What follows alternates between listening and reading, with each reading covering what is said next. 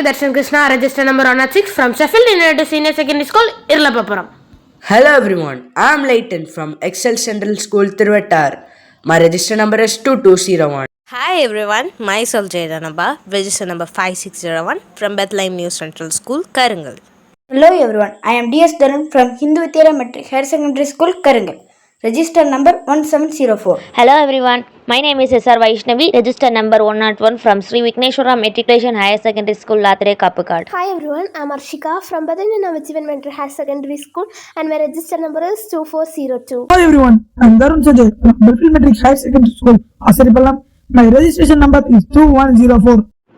Welcome to the field study of Team B, Group B. We are going to conduct a field study on the topic of how do invasive species affect the native plants' life. Therefore, we choose Susindram wetlands, which conduct of 7 to 8 invasive species. So, we are going to study about the invasive species in the particular area. Our guide showed us various types of aquatic plants, including emergent, floating, and submerged species. We saw the flow of water in the canal was mixed by municipal sewage wastes. The waste materials like plastic bottles, plastic bags, etc. blocked the canal. The huge amount of mosquitoes were bred in the water. In the first pond, the Susindram Lake, we saw the sewage flow through small canals that directly pollute the clean water. Because the sewage contains primary nutrients like nitrogen and phosphorus and other nutrients potassium. These nutrients cause environmental problems like eutrophication but can useful for plant growth.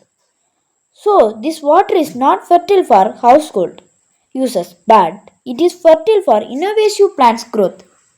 These were clearly explained by Dr. Sudhamadi.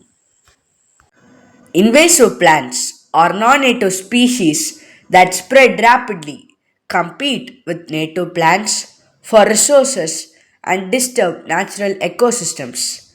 We saw various invasive plants like Polygonum, called as knotweed, Alocasia, called as elephant ear plant, Parthenium hysterophorus, called Congress grass, Ipomia carnea, called pink morning glory, Ipomia aquatica, called water spinach, and Iconia, called water hyacinth. We visited the pond to collect samples of these plants. However, it was easy for us to differentiate them because they had different characteristics. Some had spongy petioles, while others had large leaves or floated freely on water. We then saw Pistia, which is called as water lettuce, a floating plant that spreads fast, and we saw Lemna, called as duckweed. Nesting sites. In Susindram wetland, many birds like ibis, egrets, herons, storks, and pelicans build their nest on the tall trees standing inside the lake, where hundreds of birds gathered, breed, and raise their Went to Pond 2, Palkulam Pond.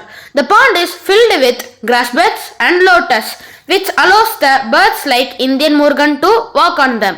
First of all, the lotus is grown from the wetland of the pond to the layer of the water. So it stops the sunlight to enter into the pond. This balances the growth of the algae. It also helps the common people by plucking and selling them. During our visit, we interviewed several villagers to gain a deeper understanding of local environment.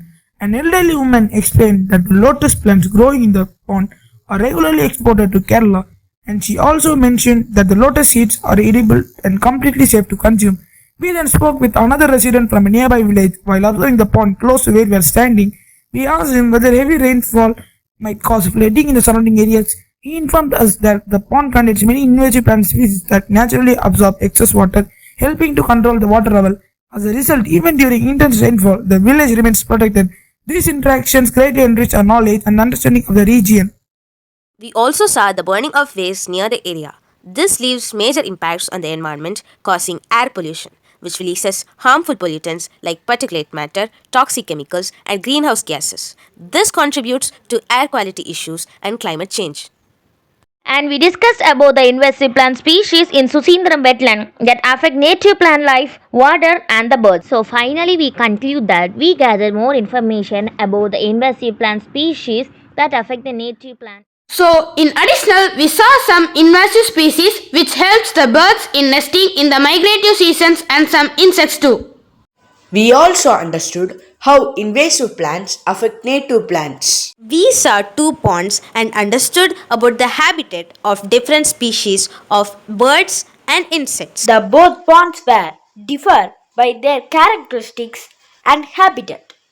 The first pond have invasive plants and the second pond have native plants. He also made interviews with villagemen and gathered ideas. Susindram wetlands are undergoing serious changes because of the uncontrolled growth of invasive species.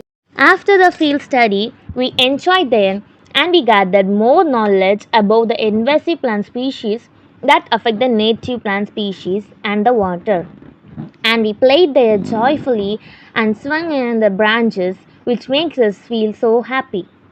And we took a small break and we had our delicious lunch too. And finally, everyone enjoyed the field study, and we would thank Dr. Sudhamadi to interact with us, and thank you for Kumari Arvial Peravai for giving us this wonderful opportunity. Thank you.